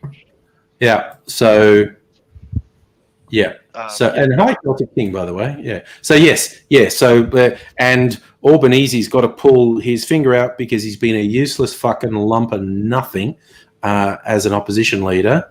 And he needs why don't we have Labor leaders who inspire people anymore? Again, I just shat all over Rudd, but he was capable of inspiring people. 100%. Look, I mean, Hillard inspired people. Albanese did some really, really, really great things when the bushfires were happening and all of that, but he wasn't able to capitalize on any of it, unfortunately. Yeah. You know, when Morrison fucked off over to Hawaii, Albanese was out there in the thick of it, fucking helping make sandwiches and talk Yeah. to local MPs and trying to lift red tape and fucking get funding through and all of that. He could have capitalized on all of that so well and didn't. And it's just like, oh, please, for the sake of, like, get your fucking face out there to show that you're actually a fucking worthwhile replacement for this asshole, please. He has made it clear this year that he spent last year going easy on Scummo because he didn't want to see to be disrupting any response to COVID. But he's basically explicitly said that stops this year because there's an election coming up. And he has started saying, rightly, that Morrison fucked everything with the COVID response. And if it wasn't for the state premiers who repeatedly went completely against what Morrison wanted, we'd be in a much worse space. But state premiers said, okay, that's your view, Scummo. Counterpoint, go fuck yourself. And and that just kept happening. And have a look at what just happened in Queensland with the small outbreak that they just had up there in Queensland. It's this horrible fucking UK strain of the coronavirus that they've just had over there. And Tanya Plibersek has come out and just fucking gone hard lockdown for the next 3 days right now and basically slammed the fucking lid shut hard. At first, Morrison wasn't saying anything publicly in regards to being in support of or against what she was doing. But it was fairly clear that he was against that idea, but he didn't want to say so publicly. After he sat down with her, and from what I can only glean to be her basically turning around and saying, no, we're going into hard lockdown. Fuck anything that you've got to say against that. We're going into hard fucking lockdown for the next 3 days. You know, he came out of it and just went, no, they're doing the right thing. Yeah, no, they've got my complete support. And that's just simply because he couldn't come out and say, no, they're doing what I said that they shouldn't do. Because that shows that he's not a fucking leader at all. Yeah, there was that national cabinet on Friday, and it clearly came out of that Palaszczuk just went, this is what's happening, not actually up for debate. And so then he did the public, yes, this is the right thing to do. Well, that was kind of funny that some of his Liberal cohorts didn't get the talking point soon enough and went public saying, this is shit. And then a few hours later, Scummo goes public, this is great. And they're like, whoops, oh, damn. Yeah, that is definitely, that's why I was saying that, like, even though he didn't publicly say it, you could tell that he was kind of like, no, I'm against this. But when he found out that Tanya wasn't going to fucking shift on that, when he went to her and went, no, absolutely, you know, this is great, yeah. You know, look, when people are trying to say that his response to the coronavirus pandemic has been less than fucking stellar, that's not just on him. It's on almost every fucking Liberal senator, because New South Wales especially is the one that I can draw from. We were in a particularly good point where this whole fucking thing was concerned, because the only source of infection that we had was the Ruby Princess. Right? Yes. Was that goddamn ship that was in our harbour. Yeah.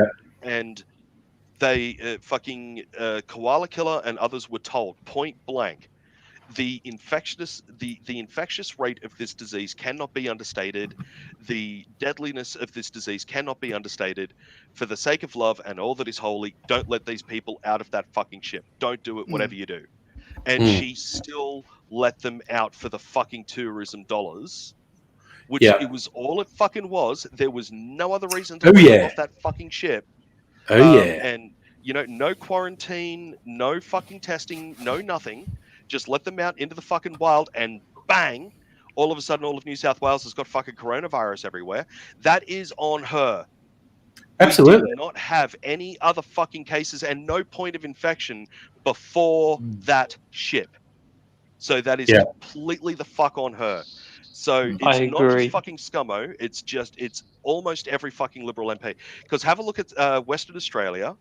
Their Labor government turned around to the ship that was over there that had several cases and went, "You're not getting off that ship. You stay your ass on that ship. You try and get off that ship, you're getting fucking arrested." Like, they stayed hard and fast, closed up their fucking borders, and as a result, they've had almost no fucking instances of the virus. They've had a few, but nowhere near fucking Victoria or New South Wales or Queensland or any other fucking state, because they actually fucking tackled this thing correctly. Queensland, Tanya Plibersek, hard shutting the fucking borders and stopping fucking international shipping from coming in and all of this sort of shit. Did the right fucking thing, and as a result, Queensland wasn't as bad as other places. And almost every time that you have a look at the infections that happened in Queensland, the Northern Territory and whatnot, was from people travelling from Melbourne or New South Wales or whatever to these fucking states after these idiotic fucking politicians let their shit happen. So, and afterwards they're all like, "Oh no, we got to start wearing masks now and whatnot." It's like, you fucking idiot. Oh, sorry, might get a little bit passionate about that one, but that's really just a little. It's. I remember at the time, literally, like, my wife and I in the living room watching the fucking news report on it, and both her and I screaming at the TV, "No, what the fuck!" Like, it's doing the Scottish thing where you actually yell at the TV, thinking that it'll make a difference. Yeah, but it's therapeutic sometimes to just sort of shout it. That's why when people used to ask me, "Do you watch Q&A?" And I was like, "No, I like my TV too much, and I can't watch that without the impulse to throw things at the TV. And I don't want to break my own TV, so I don't watch it. Because they just keep platforming idiots." Yeah, stuff like that, Shieldsy, except with drinks. Yeah. I've watched a few episodes of Q&A where I've deliberately gone to see it, like the one with Brian Cox going against that fucking idiot from the One Nation Party against climate change and shit like that. Yeah. The one where Kevin Rudd talked about same-sex marriage. So a few individual episodes I've gone out to deliberately watch. But to sit there and watch it for entertainment purposes, I'm the same as you. If I'm going to watch that, you'll need to tie my hands down so that I don't get up and put my fist through the fucking TV. Because so many times that the politicians on there have been asked hard-hitting questions that they can't fucking answer, and the moderator does not call them on not answering the fucking question. Yeah, they just dodge. Yeah. And it's that, I think that is the one thing that we miss in America, Australia, the UK, and other countries like us. What we need more than anything else are news reporters, journalists who aren't going to be afraid to go, no, I'm going to have to hold you to this. You did not answer the question. You dived and dodged. You did not fucking answer the question. Answer the question. That's what we need. The big thing is access. They're all scared if they ever hold a politician accountable, a politician will refuse to talk to them in the future, and therefore they can't report on anything, and therefore they don't have a job. So they're so scared of losing access that they never do their fucking job. And I mean, some are better than others, but you get the ones who are basically just stenographers for politicians. They just repeat political press releases verbatim. They never press anything. I mean, the one that recently shat me up the wall was all the stupid photo ops with scummo that Murdoch media particularly was pushing as, "Oh, look at him just being an ordinary bloke in this absolutely casual moment." And it's like, You know, his fucking PR team sat down for a week deciding what this would look like, deliberately staged it, got you to photograph it, and you, like the slavish fucking morons you are, went, "Oh, look, he's just a daggy dad. Look at him, will you?" And it's just like, fuck off. Fuck off. Yeah, just reminds me of that song "Give Me Some Truth" by John Lennon, where it's like I've had enough of hearing from something pig-headed politicians. It's just bullshit, honestly. Yeah, Glee, building a cubby, cooking a dinner, pulling beers at a pub, wearing his shorts because he's doing Zoom meetings, and he's only got a suit on the top half and he's wearing shorts on the bottom half. And it's just like, get fucked. Don't tell me that that's a natural that's an orchestrated PR thing, and you fucking idiots just go, "Oh, look, it's just casual. You know, he's just a daggy dad." Like, get No, it's all staged. Absolutely, paint him out to be something that is not an evil, evil, maybe a bit too strong, incompetent fucking idiot. Paint him to be anything but that. So the daggy dad thing comes along. No, he is malicious because you look, he's fucking infiltrated the Liberal Party with evangelicals. Evangelicals are grossly overrepresented in his government, considering they're an absolutely tiny minority of the country. They are a scary number within his administration, and that creepy fucking evangelical takeover of public life in Australia. The Liberal Party is well on its way to being as riddled with evangelicals as the American Republican Party. And hey, how's the gun, bunny? Ahoy, hoy.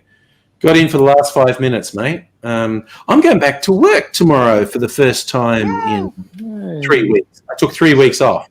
So I'll be sitting over there tomorrow morning. Are you out like on site or working from home? No, I'll be sitting just over there. Okay. All right. That's my work good monitor. night. So That's my work monitor. we've got three PCs in your house that we know of now. We've got the one that Abigail built for you. We've got the one that you're on now, and you've got your work one behind you. And the work one's behind me. Like, work owns that laptop. There's a work laptop there. This is my laptop.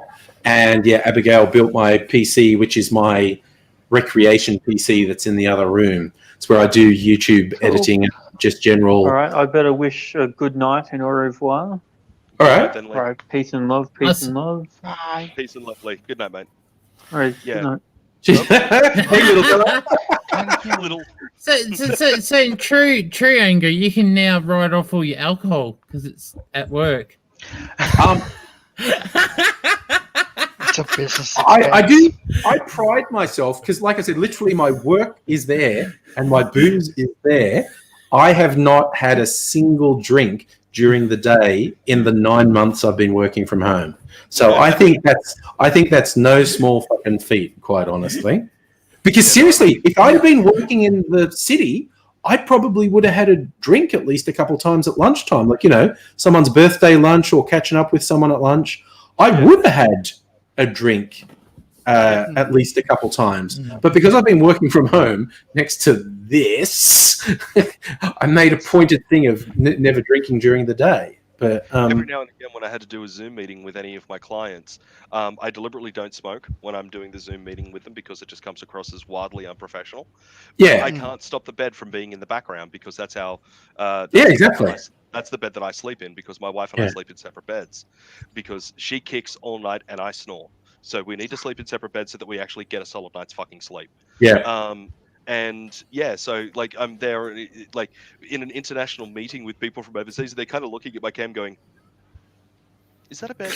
Yeah. But again, we use like Microsoft Teams because Zoom's actually not secure, and that over the year, Microsoft Teams has rushed to put in a bunch of features Zoom has, like the fake background. I don't know about Zoom, but Microsoft Teams does a remarkable thing of green screening you without a green screen.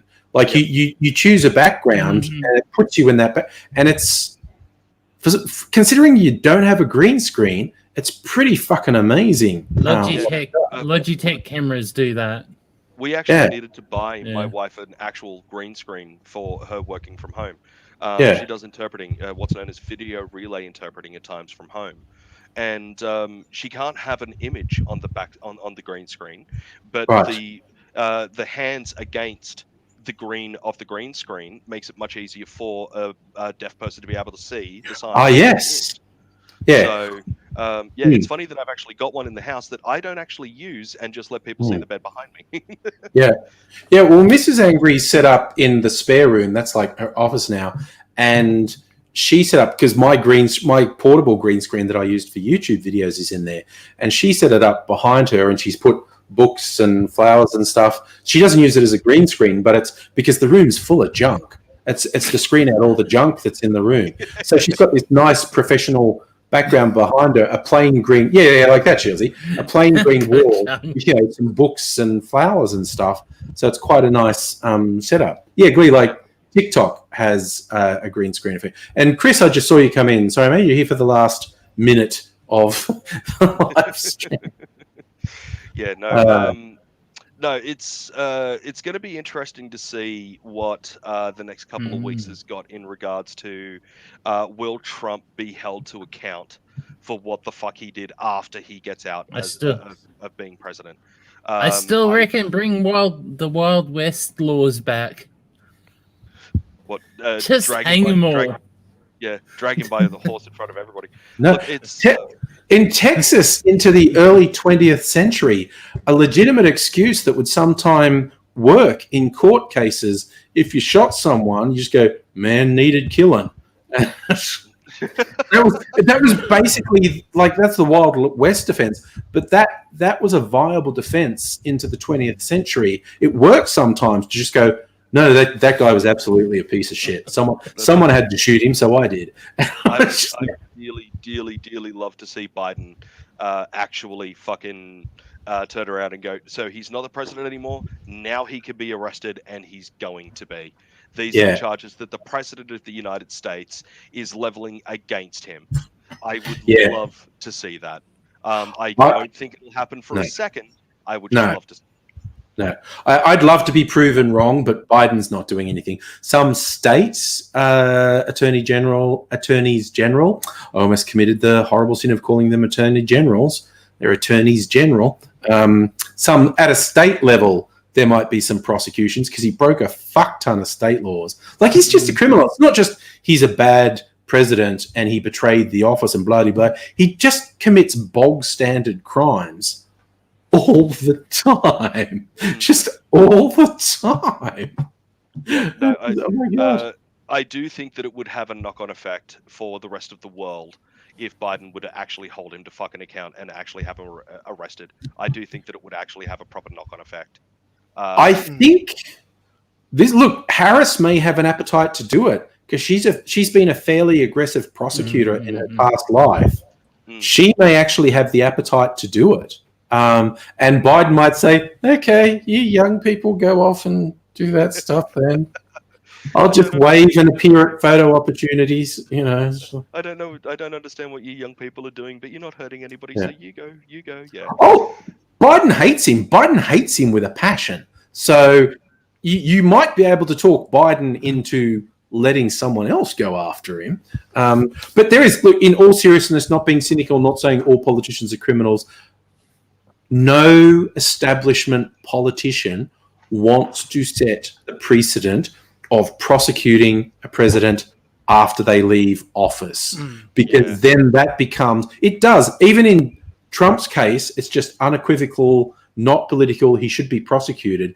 You set the precedent, and then there will be the appetite for political revenge. And no one wants to set that precedent, basically. It's like, hey, the president is always going to do shit. The president at one level or another is always going to do shit. You don't want to set the precedent for going after someone after they leave office. Still love to see it, but no, you're I'd love to see it. And, you know, fucking who knows, man. As I said before, I'm shithouse at predicting the future. So maybe if I keep saying it won't happen, it actually will happen. So, fingers crossed. No, anyway, good night, everybody. Thank you, Angry, for a fun time. Good night, all you fabulous people. Look after yourselves. Stay safe and wear a fucking mask.